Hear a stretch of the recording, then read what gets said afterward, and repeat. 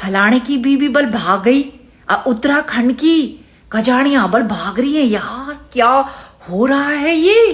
क्या हुणु जो उत्तराखंड में कान कांडा लगी तबाह किले भगड़ा में, मतलब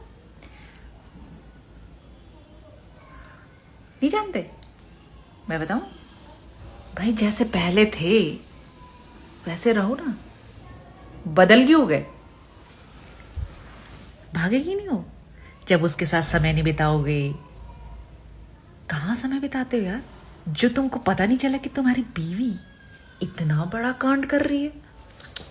गलती तो तुम्हारी है भाई, ख्याल रखना चाहिए ना अच्छे से। थोड़ा समय बिताओ, सुख दुख बांटो, कहाँ समय लगाना है वहां लगाओ। कैसे भागेगी? इम्पॉसिबल, नहीं भागेगी। जिनकी भाग गई तो भागने दो।